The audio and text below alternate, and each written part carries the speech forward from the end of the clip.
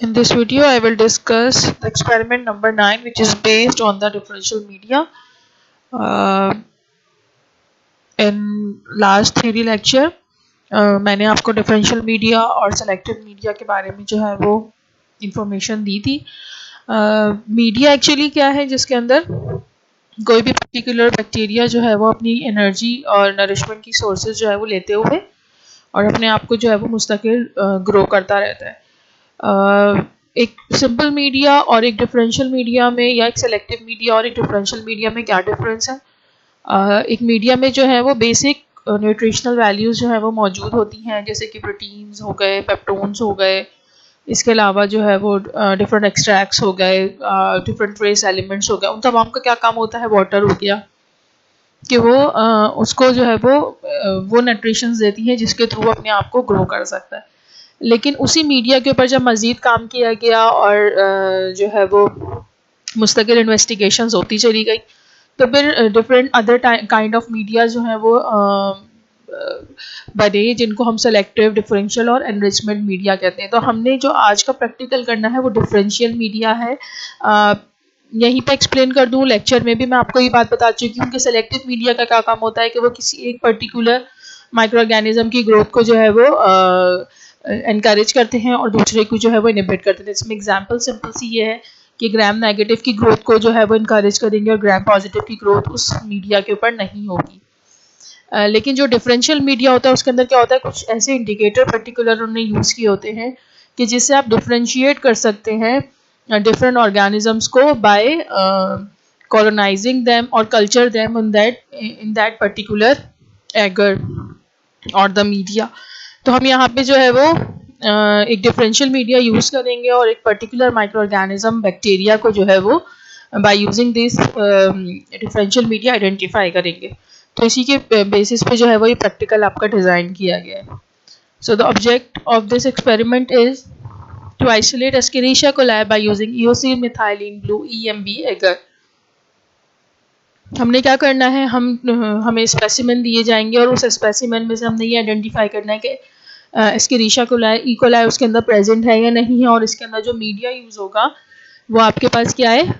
EMB is a differential और selective both है, लेकिन इसका ज़्यादा टारगेट जो है वो हमारे पास डिफरेंशियल मीडिया के तौर पर इस्तेमाल होता है और ई कोलाई की कॉलोनीज़ को आइडेंटिफाई करता है. अगर ई कोलाई की कॉलोनीज़ इसके ऊपर एक पर्टिकुलर कलर में ग्रो हो जाती हैं, इट मीन्स कि वो प्रेजेंट है, पॉजिटिव हो जाएगा. What are the requirements? Bacterial culture है, डिफरेंट हम बैक्टीरियल कल्चर्स यूज़ करेंगे. EMB एगर होगा हमारे पास, पेट्री डिशेज होंगी, पेट्री प्लेट्स होंगी, डिस्टिल वाटर होगा, ऑटोक्लेव होगा, वाइल्ड लूप होगा, बंसन बर्नर होगा.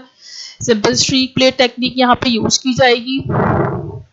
स्ट्रीक प्लेट टेक्निक मैं आपको पहले ही लेक्चर के अंदर जो है वो डिटेल बता चुकी हूँ किस तरह होती है. अभी दोबारा मैं आप उसको जो है वो एक्सप्लेन कर दूँगी. What are the differential media? Differential media are bacteriological growth media that contains specific ingredients to allow one to distinguish selected species or categories of bacteria by visual observation. So differential media क्या है? Bacterial growth का ऐसा media है जिसके अंदर कोई particular ingredient ऐसा add होता है जो एक सेलेक्टिव स्पीशी को जो है वो विजुअल ऑब्जर्वेशन के थ्रू जो है वो आप उसको आइडेंटिफाई कर सकते हैं. जैसे डिफरेंट कलर्ड कॉलोनीज, उनके थ्रू आप उसको, तो वो कलर्ड कॉलोनीज की वजह से क्या होगा, वो एक डिफरेंशियल मीडिया आ जाएगा. अच्छा, एक इंटरेस्टिंग पॉइंट यहाँ पे है जो कि आपकी कंफ्यूजन को भी दूर कर देगा कि सेलेक्टिव और डिफरेंशियल मीडिया में अगर कोई डिफरेंस नहीं है, दोनों में कलर्ड कॉलोनीज आ रही हैं, तो नहीं. यहाँ पे एक मेजर डिफरेंस ये कि वो कलर्ड कॉलोनीज स्पेसिफिक होगी, जबकि सेलेक्टिव मीडिया में बहुत सेम रिजल्ट जो है वो हमें मिल रहे होते हैं. जैसे मेकॉन की एगर एक सेलेक्टिव मीडिया है, लेकिन उसी के अंदर जो है वो हमें पिंक कॉलोनीज भी मिलती हैं, रेड कॉलोनीज भी मिलती हैं. समटाइम ऐसा होता है 2 से 3 बैक्टीरिया जो है वो एक ही कलर की कॉलोनीज दे रहे होते. तो डिफरेंशियल मीडिया में क्या होगा, क्या डिफरेंस है कि ये जो पर्टिकुलर मीडिया होंगे कल्चर के और ग्रोथ के, इसके अंदर क्या होगा कि आपको एक डेफिनेट जो है वो ऑब्जर्वेशन नज़र आएगी जो आपको कहीं और ऑब्जर्व नहीं होगी. इसीलिए हमने जो है वो ज़्यादा सूटेबल जो डिफरेंशियल मीडिया था उसी के ऊपर प्रैक्टिकल जो है वो डिज़ाइन किया. Differential media are used to distinguish between close related organism और ग्रुप ऑफ ऑर्गेनिज्म. जैसे जितने भी इंटैरिक्स हैं या कोलीफॉर्म्स हैं जो वाटर के अंदर होते हैं या आपके जितने इंटेस्टिनल ट्रैक में मौजूद हैं या एक पर्टिकुलर एंटेरोबैक्टीरियसी, तो उससे क्या होगा क्लोजली उनकी जो एंजाइम प्रोडक्शन सेम है, उनकी जैसे कि फर्मेंटेशन पे जा रहे हैं, लैक्टोज सब लैक्टोज फर्मेंटेशन कर रहे हैं, लेकिन ये क्या कर लेगा जो बहुत क्लोजली रिलेटेड होंगे उनको भी आइडेंटिफाई करने की एबिलिटी रखता है।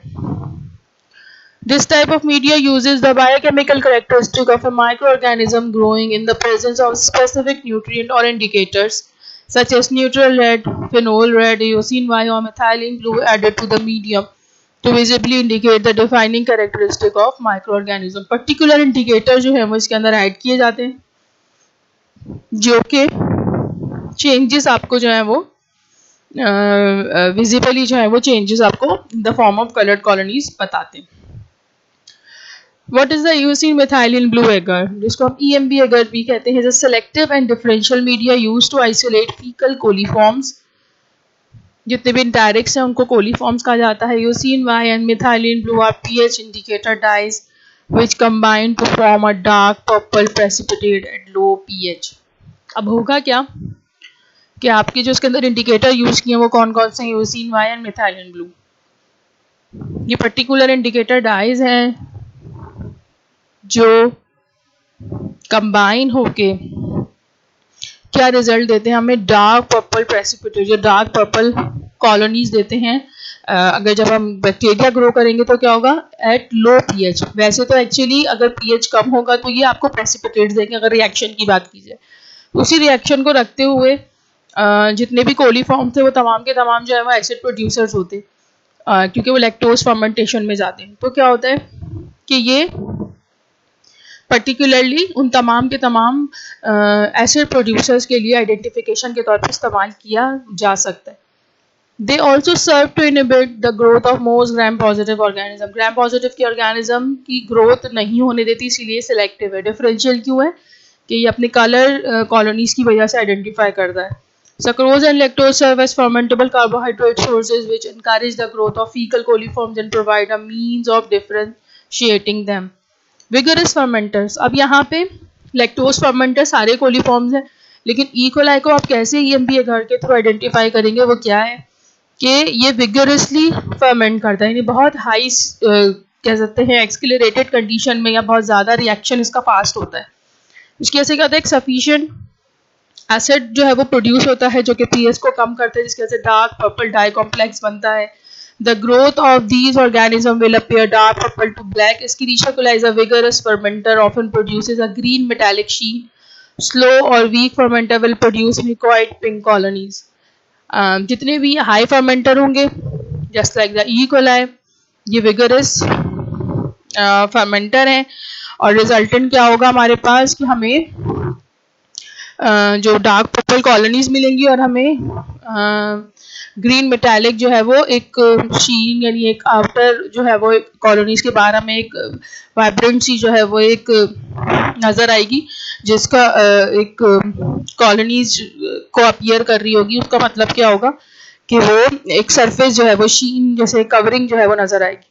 और जितने भी स्लो और वीक होंगे वो क्या मिकोइड और पिंक कॉलोनीज देंगे। नॉर्मली कलर्ड और कलरलेस कॉलोनीज उनकी होंगी जो कि लैक्टोज को फर्मेंट नहीं करते और बल्कि जो फीकल कोलीफॉर्म्स होंगी। तो अब इन्होंने किया क्या, फीकल कोलीफॉर्म्स में भी जो विगरस फर्मेंटर था जैसे कि E. coli उसको डिफरेंशिएट, इसीलिए इसको क्या कहा जा रहा है, differential media. Closely related organism सारे के सारे कोलीफॉर्म्स थे, सब एसिड प्रोड्यूसर थे, लेकिन उसने विगरस को अलग कर दिया।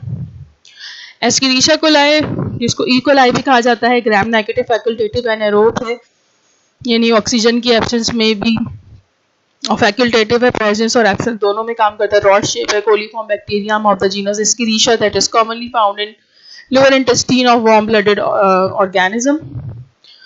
ह्यूमंस के अंदर भी प्रेजेंट होता है। EMB is a selective and differential medium for coliforms. EMB is a differential microbiological medium which slightly inhibits the growth of gram-positive bacteria and provides a color indicator distinguishing between organisms that ferment lactose. What is the procedure? आप पहले plates बनाएंगे, 37.5 EMB अगर 1000 ml of distil water के अंदर dissolve किया जाएगा।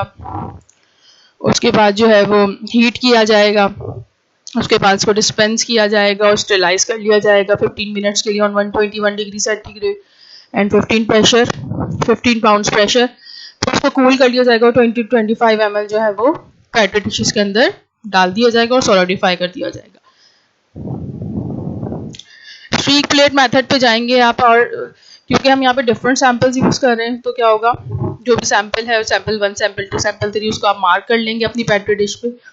और फिर उसके बाद क्या होगा, आप स्ट्रीक प्लेट मेथड पे क्या था, जो भी कॉलोनीज आप पिक करेंगे या जो भी सैंपल आप बैक्टीरिया का पिक करेंगे वो पहले 4 क्वाड्रेंट के अंदर जो है वो जाएगा। शुरू में बहुत हैवी ग्रोथ होगी, फिर सेकेंड में कम होगी और फिर आखिर में आते आते कॉलोनीज के अंदर जो है वो कन्वर्ट हो जाएगा। आप लेक्चर से भी इसको आइडेंटिफाई कर सकते हैं वो पॉइंट कि स्ट्रीक प्लेट मेथड किस तरह मैंने आपको एक्सप्लेन किया था।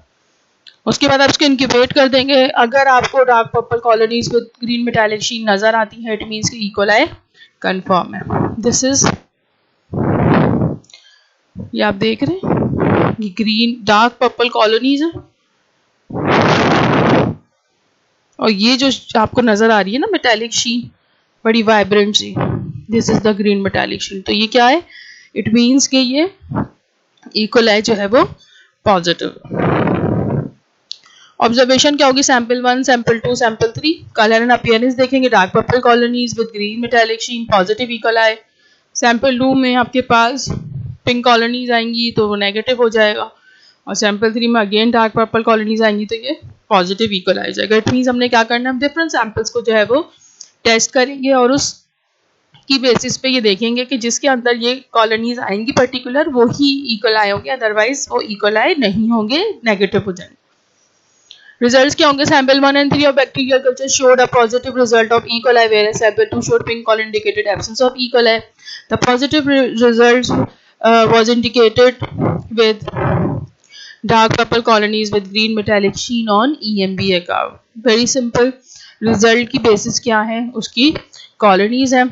डिस्कशन के अंदर आपने जो है वो ऐड करना है कि ई कोलाई जो है वो लैक्टोज फर्मेंटर है और विगरस लैक्टोज फर्मेंटर है, जिसकी वजह से जो है वो जो इंडिकेटर्स हैं इसके अंदर उनका आप पूरा यहाँ पे रिस्पॉन्स लिखेंगे और ये बताएंगे कि इसकी वजह से डार्क पर्पल कॉलोनीज और ग्रीन मेटालिक शीन आती है, और यही वजह है कि कोलीफॉर्म्स के अंदर आप इजीली EMB agar को as a differential media use कर सकते हैं, और तमाम के तमाम जो लैक्टोज फर्मेंटर है उसके अंदर विगरस लैक्टोज फर्मेंटर को जो है वो सेपरेट आउट कर सकते हैं by using this EMB agar। तो ये सारे डिस्कशन के पॉइंट्स हैं जो आप बाद में इसको ऐड कर सकते हैं। कोई क्वेश्चन, कोई क्वेरी अगर है तो आप मुझसे पूछ सकते हैं in the comment section. Thank you very much for watching this video.